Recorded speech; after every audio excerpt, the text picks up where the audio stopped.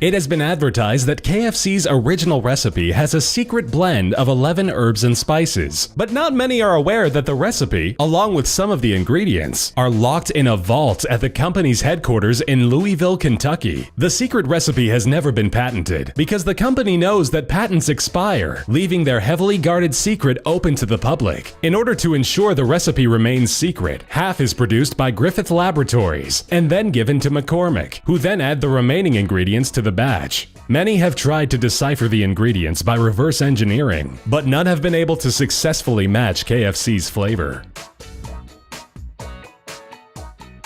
KFC was one of the first franchises to move into Asian markets. Initially, the company's slogan was a little creepy. When the American fast food giant opened their first restaurant in Beijing in 1987, they accidentally translated KFC's 55-year-old famous slogan, "Finger licking good," to "We'll eat your fingers off." People of the Chinese city were taken aback, to say the least, at such cannibalistic marketing. But soon the mistakes were caught, and now KFC is the most popular Western fast food chain in China, with more than 4,500 outlets. It's so popular there that you can even get it delivered to your door.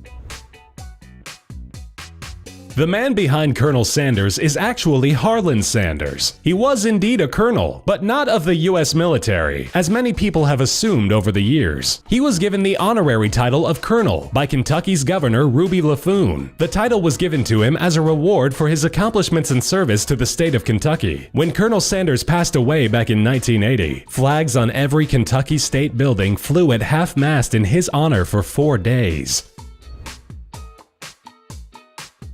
If you want to get your hands on some of Colonel Sanders' personal memorabilia, you're gonna have to have a nice bank balance. His trademark white suit, including the black string tie, was purchased at auction by the president and chief executive of Kentucky Fried Chicken Japan, Masao Charlie Watanabe. For the ensemble, he threw down a hefty $21,510. After placing the winning bid, he tried on the suit right then and there in the auction house, sporting a huge grin. He also snagged up the Colonel's 1973 Kentucky driver's license for $1,912. According to Watanabe, Colonel Sanders is widely famous in Japan, with most of the franchises erecting statues of him out in front of the stores. As important as the Colonel was to KFC, another man by the name Leon Pete Harmon was equally integral. He was the first man to franchise the KFC brand chicken at his hamburger joint. It was an instant hit, and the two men started opening restaurants around the country. Things really started to take off when Harmon came up with the idea to sell the chicken in the now iconic red and white striped buckets. 14 pieces of chicken, 5 rolls, and a pint of gravy was sold for $3.50. Even in the 1950s, that was a steal. Harmon was also responsible for their famous slogan, "Finger licking good." Harmon went on to operate more than 200 KFC locations in 4 states.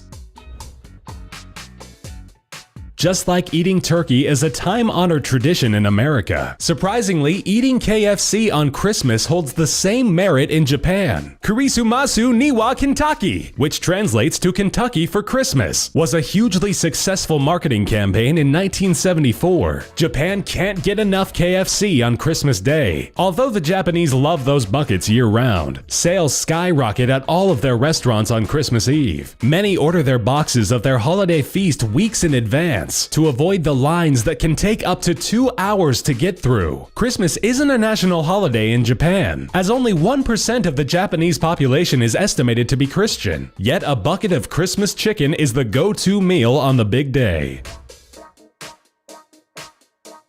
Americans are always trying to abbreviate long titles, so over the years, instead of saying Kentucky Fried Chicken, people would call it KFC. In 1991, the KFC name was officially adopted, but not for the aforementioned reason. President of KFC United States, Kyle Craig, admitted the change was an attempt to distance the chain from the unhealthy connotations of fried. During the late 80s and early 90s, America was gravitating toward more health-conscious food choices. KFC execs knew that having the word fried prominently in the name would deter some consumers. At the time, some marketing analysts questioned the wisdom of shedding a well-known name, but all they did was slap the face of Colonel Sanders on the bucket, and the problem was solved.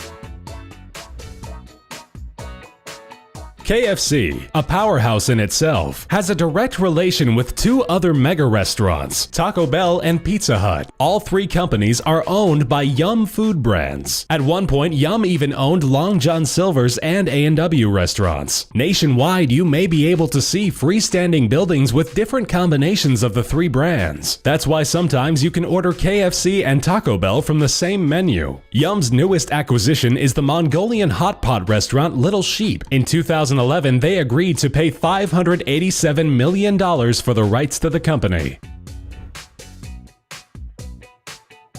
Colonel Sanders once shot a man over a billboard. Sanders' gas station competition Matt Stewart would paint over his sign to deter potential customers from visiting his business. When Sanders discovered Stewart painting over the sign, he and two of his employees ran to catch him red-handed, heavily armed. Shots rang out from each of the men. In the resulting gunfight, one of Sanders' employees was killed. Sanders then shot Stewart in the shoulder in retaliation. The incident gave Sanders complete control over the gas station market in the area, after his competition was sent to jail for murder. After selling the KFC business for a mere $2 million in the mid-70s, Sanders wasn't too happy with the way the company was being run. He was notorious for bad-mouthing the product on many occasions. In 1976, he visited a Greenwich Village location and told a New York Times critic that it was the worst fried chicken he had ever seen. And don't even get him started on the gravy, as he once claimed that it wasn't even fit for his dog. After being dissatisfied with the way his brand was being handled, he tried to open a competing restaurant named Claudia Sanders, the Colonel's Lady, after his second wife. KFC sued Sanders, and the suit settled out of court for $1 million. The restaurant still exists today as the Claudia Sanders Dinner House.